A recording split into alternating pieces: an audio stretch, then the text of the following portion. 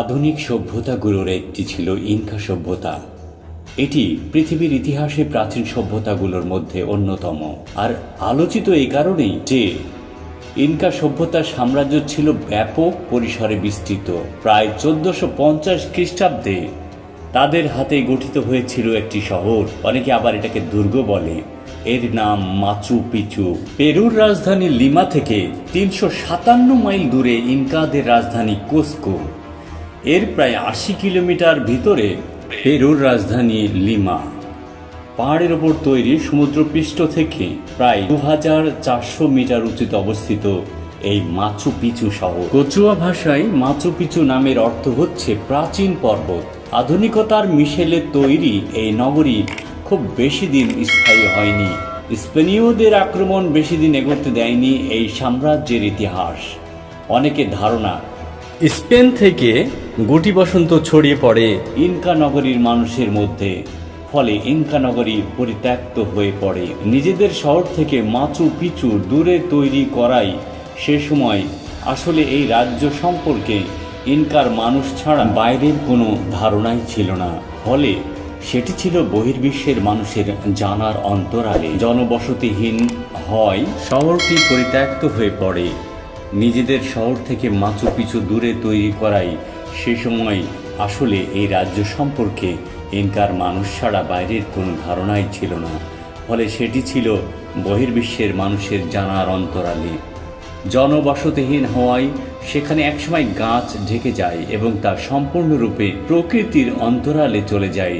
স্থানীয় কিছু মানুষ ছাড়া তৎকালীন কারোরই এ সম্পর্কে কোনো ধারণাই ছিল না।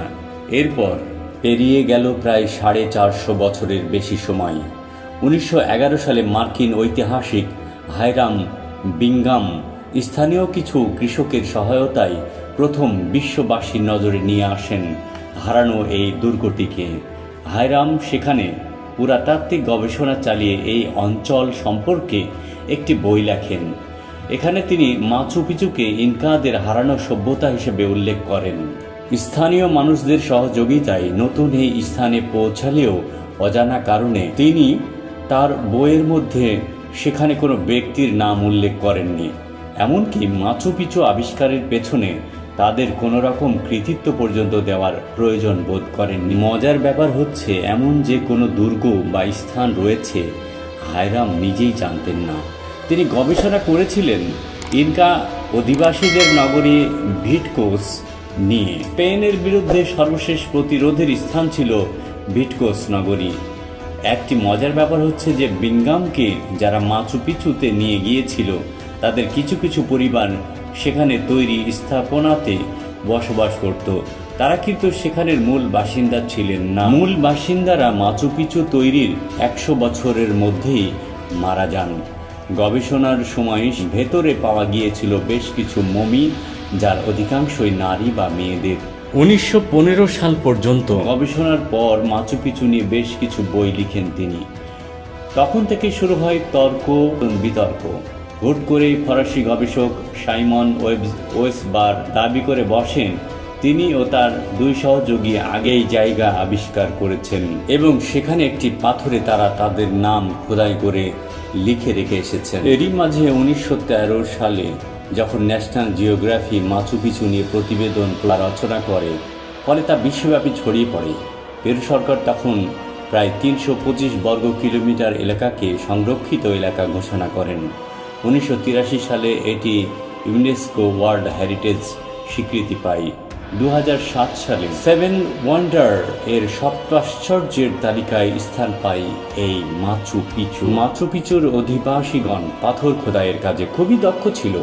তাদের হাতে খোদাইকৃত এত বছর পরেও অবিকৃত অবস্থায় বিরাজমান রয়েছে। গবেষণায় দেখা যাচ্ছে যে এই পাথরের কাজগুলো কোনোরূপ চাকা, লোহার সরঞ্জাম বা মর্টার ব্যবহার হয়নি। প্রায় সম্পূর্ণ শহরটি তাদের হাতে খোদাই করা পাথর দিয়ে তৈরি। প্রবল ভূমিকম্প প্রবণ এলাকায় অবস্থিত এই মাচু পিচু, এমনকি আগ্নেয় উপত্যকার উপরে এর অবস্থান, অথচ এত বছর পরও এত সুগঠিতভাবে রয়েছে মাচু পিচু। ধারণা করা হচ্ছে যে অধিকাংশ স্থাপনাই মাটির নিচে রয়েছে। প্রায় 60% এখনো উদ্ধার করা যায়নি। দুটি গোপন মন্দির রয়েছে, একটি চন্দ্র মন্দির, অন্যটি সূর্য মন্দির। সূর্য মন্দির শহরের কেন্দ্র বরাবরে লুকানো রয়েছে। আধুনিক গবেষকরা মনে করেন মাচু পিচু হচ্ছে তীর্থযাত্রা বা ধর্মীয় কাজে তৈরি করা স্থান, তবে তা সম্পূর্ণরূপে তৈরি করা সম্ভব হয়নি। এখন পর্যন্ত মাচু পিচুর আবিষ্কার সম্পূর্ণরূপে শেষ হয়নি। 2014 সালে ফরাসি গবেষকরা মাচু পিচুতে নতুন দরজা আবিষ্কার করেন। গবেষকরা ধারণা করছে এটি হচ্ছে ইনকা সম্রাট প্যাচাকুটির সমাধিতে যাওয়ার প্রবেশপথ। যদিও পেরু সরকার অজ্ঞাত কারণে সে দরজা খোলার কোনো রূপ অনুমতি দেয়নি। সরকার থেকে বলা হয়েছে প্রত্নতাত্ত্বিক নিদর্শনের এতে ক্ষতির সম্ভাবনা রয়েছে। ধারণা করা হয় 1532 সালে এই শহর তারা ত্যাগ করে। যাওয়ার আগে প্রবেশের রাস্তায় জঙ্গল আগুনে পুড়িয়ে দিয়ে যায়, যেন নতুন গাছ জন্মালে প্রবেশ পথ গাছে ঢেকে যায়। ইনকা সভ্যতার দিক দিয়ে অনেক এগিয়ে ছিল, তাদের সকলেই ছিল দক্ষ। উপকথা প্রচলিত আছে যে ইনকায় কেউ খাদ্যভাবে মারা যায়নি, তবে তাদের মধ্যে ছিল মাত্রাতিরিক্ত কুসংস্কারের বিশ্বাস।